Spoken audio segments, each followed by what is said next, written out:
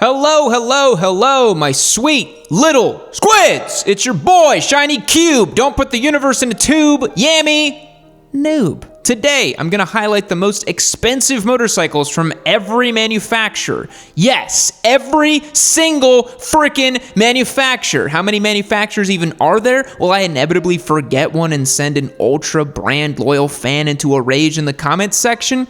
There's only one way to find out, but let's be honest, I'm going to be talking about major players in the motorcycle world, not random one-off collector-owned motorcycles, because let's be honest, no one is too concerned about what is happening with Arch or Janus or J-Anus, as I like to call them, motorcycles. Without further ado, let's get into it. The first manufacturer on the list today is Honda. While Honda might be, for now, slinging more mini bikes and scooters than Bud Light sells cans of beer at Sturgis, they got quite a few motorcycles that cost a pretty penny as well. The most expensive motorcycle from Big Ol' Red is the Honda CBR 1000 RR SP Fireblade. Oh yeah, say it back with me now. Honda CBR 1000 RR SP Fireblade. The Fireblade is Honda's absolutely S-tier performance race machine that is equipped with the most powerful and juiciest 999cc inline 4 engine with all the bells and whistles that you could possibly ask for, including a nostalgic paint scheme that looks reminiscent of a solo jazz cup from the 90s. The Fireblade has been distilled down from decades of competition in World Superbike.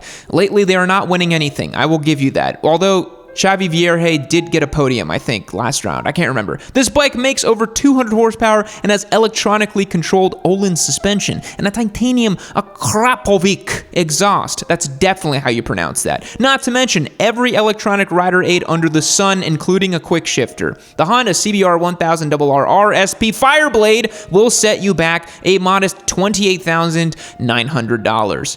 Starting off strong with the big four, we will move on to Suzuki next. The most expensive motorcycle hailing from the king of bargain motorcycles is weirdly the Suzuki Hayabusa. I'm not joking here, people. I didn't want to mention the Busa in every single video, but it just finds its way onto the list, doesn't it? Time is a flat circle. But for today's video, I will keep the poetic musings about the Hayabusa to a minimum. It is Suzuki's esteemed, parody, and memed upon open-class superbike with a 1340cc four-cylinder engine and trademarked brand recognition. This bike has seen every terrible custom build you could ever imagine, which is ironic because it is the most expensive motorcycle Suzuki sells. The Hayabusa costs $18,799. Yes, that's right, Suzuki doesn't sell anything that costs north of $20,000. Ducati, take a little hint maybe.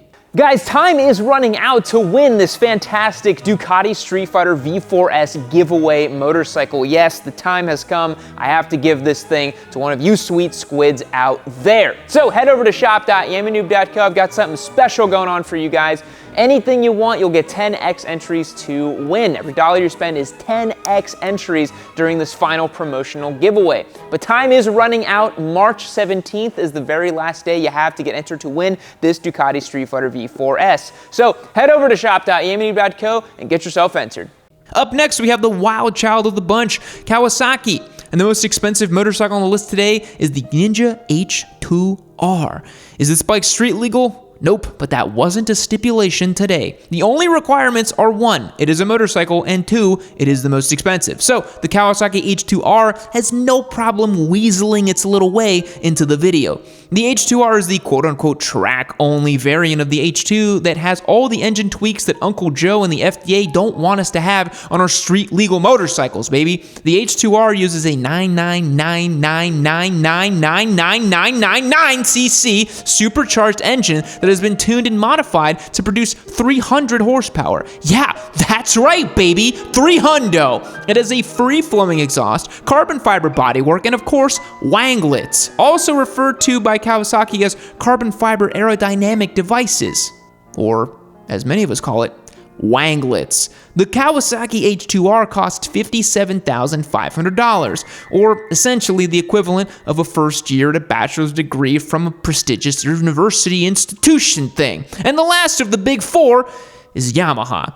Their most expensive motorcycle is the YZF R1M. You might be familiar with the R1 platform, so what does the M mean? Money, baby. More money. The R1M is Yamaha's top-of-the-line supersport race replica similar to the Fireblade from Honda. It is a 998. Oh, thank God. Thought I'd have to do that bit again. Inline 4 engine, electronic suspension, and of course, plenty of carbon fiber. The Yamaha YZF R1M cost $26,999. Is that worth an extra 10 grand compared to the normal R1? Honestly, if you even have to ask that question, you're probably too much of a beta to afford the R1M anyways. Now we're in cruiser country for the next part of the video, and by cruiser country I mean America. The most expensive motorcycle from our friends at Harley-Davidson is the CVO Road Glide Limited. Get ready for this one, boys. If you see a Harley-Davidson with either CVO or Limited the name, you know your bank account is going to be throbbing in the morning. The CVO Road Glide Limited is a big dumb bagger with the 117 cubic inch Milwaukee 8 engine, full luggage and trunk, and a very expensive looking paint job. I don't really understand what the value proposition for this motorcycle is that warrants it costing, is that right? $52,000? Oh my God. Well, they got, 82-month loans or whatever, but yeah, that's what it cost. 52 grand?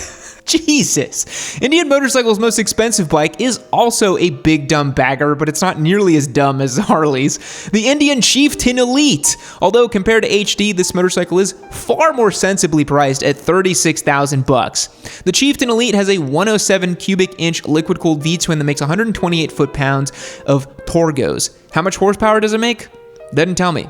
Horsepower is negligible in cruiser country. There are no laws here about horsepower. This bike has some advanced features like electronically controlled suspension, lean-sensitive ride aids, and 7-inch TFT infotainment system. This bike is actually pretty svelte for a bagger and weighs just 840 pounds, but it doesn't look like Indian dropped 20 grand in expensive paint for this motorcycle, probably why it costs so much less than the Harley. Triumph's had 2 bikes that are the most expensive they currently offer. Well, 1 bike and 2 special edition variations. The Triumph Rocket 3 GT and the Chrome Edition and the 221 Edition. As referred to by Triumph, these special edition motorcycles are striking yet understated, whatever that means. Both bikes have the Rocket 3's gargantuan GigaChad 2458cc triple that makes 165 horsepower, 163 foot-pounds of torque. Harley-Davidson, come at us, bro. Triumph Camp over here flexing on you so hard. The Chrome Edition has chrome. Yeah, you guessed it. And the 221 Edition has a weird 221 livery that's supposed to represent the 221 Newton meters of torque that this motorcycle makes. But if you wrote it somewhere that refers to torque in foot-pounds, as the Lord intended, it wouldn't quite have the same effect. Each one of these motorcycles from Triumph cost $25,495. Absolute value bargain of a bike compared to those frickin' Indians and Harleys, bro. Give me a Triumph any day of the week, baby. Am I biased? Of course I am. Ducati is another company that doesn't stray away from building expensive motorcycles. They did make the Superleggera after all. It cost like 100 grand, but the Superleggera is no longer in production. It's not on the website. So to take its place as the most expensive motorcycle from Ducati, it is the Panigale V4R. The Panigale V4R is another motorcycle that is derived from MotoGP and World Superbike technology. It is the motorcycle from Ducati that is the most akin to their racing machines, and it is the homologated version of their bikes, and is the most uncompromised version of a street-legal sport bike. Its V4 engine revs to over 16,000 RPM, and that makes my boner flip the table that I'm currently at. I can't put that in the script. Yeah, screw it, keep it in. It makes 207 horsepower stock, but can be bumped up to 240 horsepower with the optional race kit. You're gonna want the race kit, buddy. Let me tell you, you're gonna want that race kit. Get yourself that race kit, get yourself feeling good. You're gonna want that. The Ducati Panigale V4R cost $44,995. That's less than 52 grand that Harley wants for some, I can't believe that. Aprilia has often managed to make motorcycles that are as exhilarating and competent as Ducati, but for like half the price. The most expensive motorcycle from Aprilia is the RSV4 Factory. The factory trim of the RSV4 race bike comes with electronically controlled Olin suspension and Brembo stylomic calipers. This 1099cc V4 engine is no slouch, making 217 horsepower. I think the Aprilia RSV4 Factory may be the most value-driven, top-of-the-line race-derived sport bike. The RSV4 Factory costs $25,999, cheaper than both the Yamaha R1M and the Honda Fireblade. That's kind of crazy. And I'm pretty sure you get that same 217 horsepower in the standard RSV4 too. So kind of good. Next up is BMW. Oh boy, their most expensive motorcycle is the M1000RR. This motorcycle also comes in 50 years limited edition model, but considering it was a limited edition and from 2022, I'm gonna discredit it. The M1000RR is BMW's exercise in seeing just how much carbon fiber they could put on one motorcycle. This bike has a 999999999cc inline 4 engine with forged pistons and titanium valves and rods. It has a titanium Akrapovic exhaust, carbon fiber wheels, and a litany of proprietary BMW rider aids. The M1000RR in base trim costs $33,000, but with enough options, it can get you closer to 40 grand. When it comes to MB Agusta, they're all expensive and all have really hard to pronounce names. But luckily for me, their most expensive motorcycle has the most plain Jane name that anybody can pronounce. The most expensive motorcycle from MB Agusta is the Rush 1000. The Rush has a 998cc 4-cylinder engine that makes a peak 212 horsepower at the crank. And that price point, it is mandatory to have electronically controlled suspension, Brembo style brakes, blah, blah, blah. So yeah, it has both of those. The MV Agusta Rush 1000 is one of those motorcycles that looks like it was drawn by a child who was tasked to draw fast motorcycle. It costs $45,598, so it works out to about $1 per every typo on their website. Next up, we have Moto Guzzi. The most expensive motorcycle made by the silly sideways V-twin manufacturer is the V100 Mandello S. This is a new motorcycle and it is really quite interesting, especially juxtaposed to prohibitively expensive carbon-clad race replicas. The V100 is a kind of retro, almost 80s-inspired sport touring bike with a ton of charm and charisma. It is powered by a liquid-cooled transverse 1042cc V-twin. It has fully adjustable semi-active OLED suspension in the front and the rear. For being somewhat modestly priced compared to almost every other bike on this list, the Mandello S is a pretty premium package with Brembo brakes and high-end tech features. The V100 Mandello S costs just $17,490. KTM is also almost becoming known for their competitive entry-level bikes than their top-of-the-line motorcycles, but never fear, the 1290 Super Duke Evo R is about to get a justified 30 seconds of fame. This motorcycle has the infamous 1301cc V-twin making 180 horsepower, 103 foot-pounds of torque. This naked bike is so aggressive, one of the last times I talked about it, the video did get demonetized. That is how violent and provocative the Super Duke is. It is lightweight, super torquey, and outfitted with all the best parts. The KTM Super Duke 1290R Evo costs $20,400. That's pretty good. The most expensive motorcycle from KTM's sister company, Husqvarna, Husky is the Norden 901. The Norden is Husky's take on the oh-so-popular adventure bike class. This bike is powered by an 889cc parallel twin engine tuned for accessible low-end power. WP suspension has plenty for off-road adventuring, and like any adventure bike, the Norden has a good amount of tech features and ride modes like an up and down quick shifter. The whole package costs a pretty modest $14,499.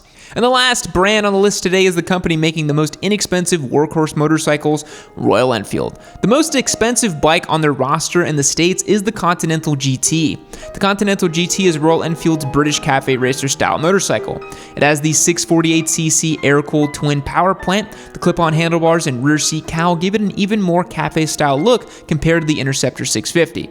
Once the Super Meteor 650 arrives in the US, it will likely become Royal Enfield's most expensive motorcycle, but for now, the Continental GT is, coming in at $6,349. Thanks for making it to the end of the video. Which motorcycle is worth the most money to you? Did you enjoy seeing your prized and beloved Halo bike, the one you keep in the poster in your bedroom, on the list today? Let me know down below. I will see you later. In your bedroom. I'm gonna be there. Fact, if a bald eagle loses a feather, it sheds the same feather on the opposite side of its body to stay perfectly balanced in flight. That's so goddamn beautiful. Goodbye. Well, look at you. You've made it to the end of another Yammy Noob video. You should consider yourself pretty lucky because I have curated this one right over here for you to continue watching. It's probably just as good as the one you just saw. Unless you hated the one you just saw. I don't know, maybe leave me a comment down below about how much you hated it as well too. Or just keep watching this one. Make sure you keep watching Yammy Noob. Don't forget to keep watching Yammy Noob. That's the most important thing. Keep watching Yammy Noob.